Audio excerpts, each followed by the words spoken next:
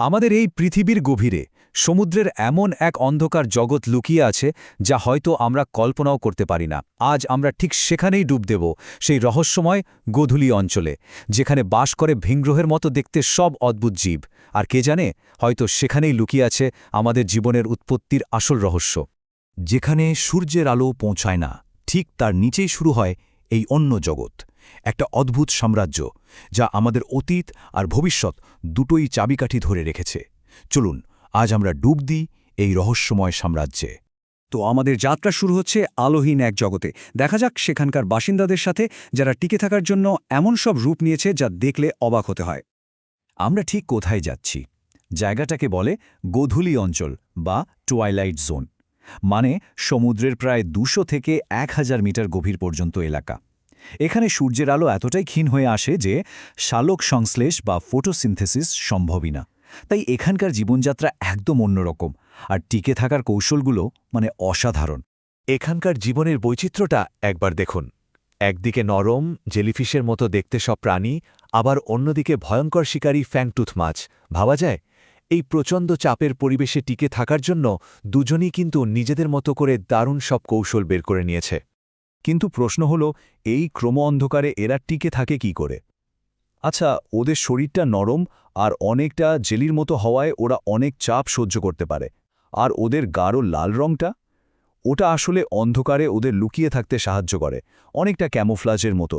আর সবচেয়ে মজার ব্যাপার হলো, কিছু প্রাণী তো নিজেদের শরীরেই আলো জ্বালায়, যা দিয়ে ওরা শিকার ধরে, আবার নিজেদের মধ্যে কথাও বলে। দারুণ না? এখন আমরা জানব এই গ্রহের সবচেয়ে বড় যাতায়াত বা মাইগ্রেশন নিয়ে, যা প্রতিদিন এই গোধূলি অঞ্চলেই ঘটে আর এখানকার জীবনের ছন্দটাকে নিয়ন্ত্রণ করে। সংখ্যাটা একবার দেখুন, ১ কোয়াড্রিলিয়ন, মানে একের পিঠে ১৫টা শূন্য। ভাবা যায়? ধারণা করা হয় পৃথিবীতে ব্রিস্টল মাউথ মাছের সংখ্যা প্রায় এতগুলো। আর এটাই সম্ভবত পৃথিবীর সবচেয়ে বেশি সংখ্যায় থাকা মেরুদণ্ডী প্রাণী। এই একটা সংখ্যাই বলে দেয় ওই গভীর অন্ধকারে প্রাণের প্রাচুর্য ঠিক কত। প্রতি রাতে ট্রিলিয়ন ট্রিলিয়ন প্রাণী খাবারের খোঁজে সমুদ্রের ওপরের দিকে উঠে আসে, আর দিনের আলো ফোটার আগেই আবার সেই গভীর অন্ধকারে ফিরে যায়। এই বিশাল যাতায়াতটা শুধু যে খাদ্য শৃঙ্খলকে চালু রাখে তাই না, এটা সমুদ্রের বায়োলজিক্যাল কার্বন পাম্পটাকেও সচল রাখে, মানে জলবায়ু নিয়ন্ত্রণেও এর একটা বিশাল ভূমিকা আছে। আর এই চার্টটা তো আরও মজার। এটা দেখাচ্ছে যে গভীরের এই জগৎটা আমাদের কতটা কাছে। আমরা যে টুনা মাছের কথা জানি, তাদের খাবারের প্রায় ২/৩ আসে এই গোধূলি অঞ্চল থেকে। তার মানে সমুদ্রের উপরের স্তরের বহু পরিচিত প্রাণীও কিন্তু খাবারের জন্য এই গভীর অঞ্চলের উপরই নির্ভর করে। কিন্তু একটা প্রশ্ন তো আসেই, তাই না?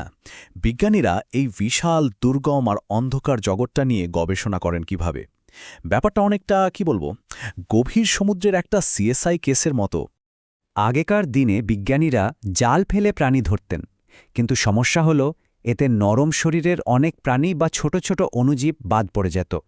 কিন্তু এখন তারা একটা একেবারে নতুন পদ্ধতি ব্যবহার করেন, যার নাম এনভায়রনমেন্টাল ডিএনএ বা সংক্ষেপে ইডিএনএ, মানে জলে ভেসে থাকা জেনেটিক ফিঙ্গারপ্রিন্ট খুঁজে বের করা। ব্যাকটেরিয়া থেকে শুরু করে তিমি পর্যন্ত সবার চিহ্নই এতে ধরা পড়ে। ঠিক যেন ফরেন্সিক গোয়েন্দারা, বিজ্ঞানীরা জলের নমুনা থেকে ডিএনএর টুকরো বিশ্লেষণ করেন, আর তা থেকেই পুরো ইকোসিস্টেমের একটা ছবি তৈরি করে ফেলেন, প্রাণীগুলোকে চোখে না দেখেই। ভাবুন তো একবার, কি অসাধারণ একটা প্রযুক্তি। তো আমরা এখানকার বাসিন্দাদের সাথে তো পরিচিত হলাম, কিন্তু যদি বলি এই গভীর সমুদ্রেই হয়তো লুকিয়ে আছে আমাদের সবার অস্তিত্বের সবচেয়ে বড় রহস্যটা, মানে এই পৃথিবীতে জীবনের শুরুটা ঠিক কিভাবে হয়েছিল, সেই প্রশ্নের উত্তর। দেখুন, ১৯৫২ সালে বিজ্ঞানী ভিক্টর গোল্ডস্মিথ একটা দারুণ কথা বলেছিলেন। তিনি বলেন, সব জীবন্ত জিনিসের মূল ভিত্তি হল কার্বন ডাই অক্সাইডকে ব্যবহার করে জৈব পদার্থ তৈরি করা। কিন্তু প্রশ্ন হল, সেই প্রথমবার অজৈব কার্বন থেকে জীবনের জৈব অণু তৈরি হলো কিভাবে? এই রহস্যটাই আমাদের পরের আলোচনার কেন্দ্র। অনেক বিজ্ঞানী মনে করেন এর উত্তরটা লুকিয়ে আছে এক বিশেষ ধরনের জায়গায়, যার নাম অ্যালকালাইন হাইড্রোথার্মাল ভেন্ট। এইগুলো হলো সমুদ্রের তলদেশে থাকা এমন কিছু ফাটল যেখান থেকে হাইড্রোজেন ভরা উষ্ণ আর ক্ষারীয় জল বের হয়। এগুলো কিন্তু ওই প্রচণ্ড গরম অ্যাসিডিক ব্ল্যাক স্মোকার থেকে একদম আলাদা। এই ছবিটা একটু ভালো করে দেখুন। এই ফাটলগুলোর ভেতরে থাকা পাথরের দেয়ালে প্রাকৃতিকভাবে একটা শক্তির স্রোত তৈরি হয়, যা অনেকটা একটা ব্যাটারির মতো কাজ করে। বিজ্ঞানীরা ভাবছেন এই শক্তিই হয়তো জীবনের প্রথম অণু তৈরির স্পার্ক বা স্ফুলিঙ্গ হিসেবে কাজ করেছিল। আর এই পাথরের ছিদ্রগুলোই হয়তো ছিল পৃথিবীর প্রথম কোষ বা প্রোটোসেল। তাহলে জীবনের সেই প্রথম রেসিপিটা কেমন ছিল?